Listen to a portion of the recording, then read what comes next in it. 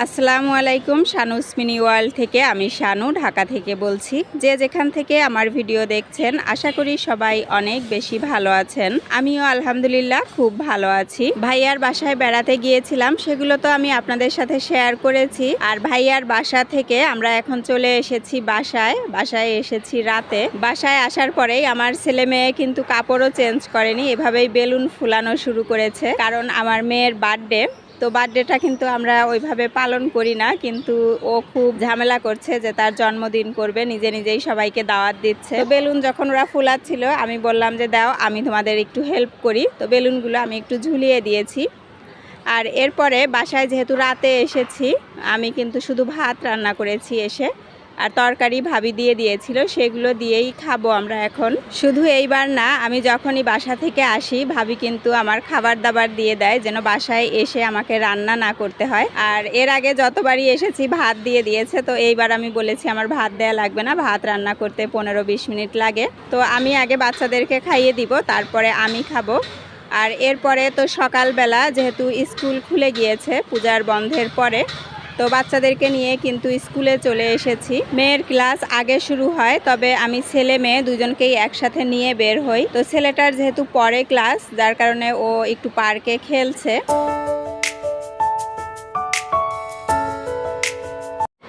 আর school থেকেই ফেরার পথে আমি চলে এসেছি টেস্টি ট্রিটে। তো এখান থেকে কেক নিব আর ওদের জন্য একটু নাস্তা নিব।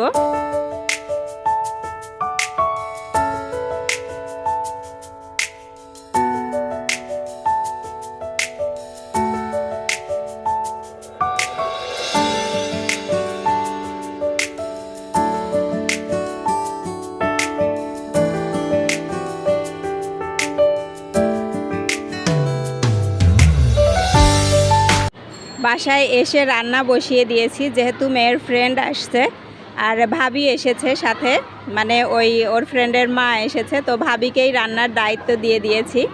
যেহেতু গ্যাস খুবই কম, এই জন্য রাইস কুকার আর চুলা দুইটা মিলিয়ে রান্না করা হচ্ছে। বাচ্চারা বিরিয়ানি খেতে ভীষণ পছন্দ করে, তো ওদের জন্য বিরিয়ানি রান্না করে দিব। আর ওরা অনেকগুলো আইটেম খাবে না, তো যার জন্য বেশি আইটেম করছি না, শুধু বিরিয়ানি আর চিংড়ি ফ্রাই করব।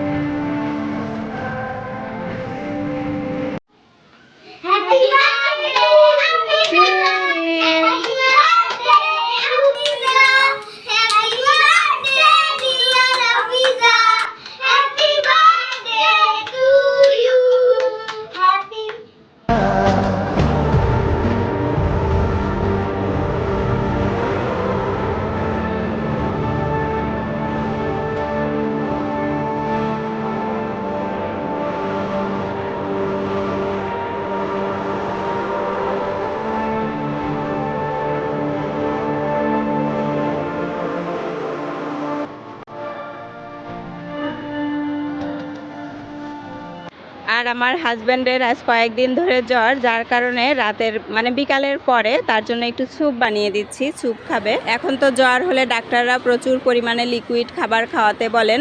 আজকের মতো আমি এখানেই শেষ করছি। আল্লাহ হাফেজ, আসসালামু আলাইকুম।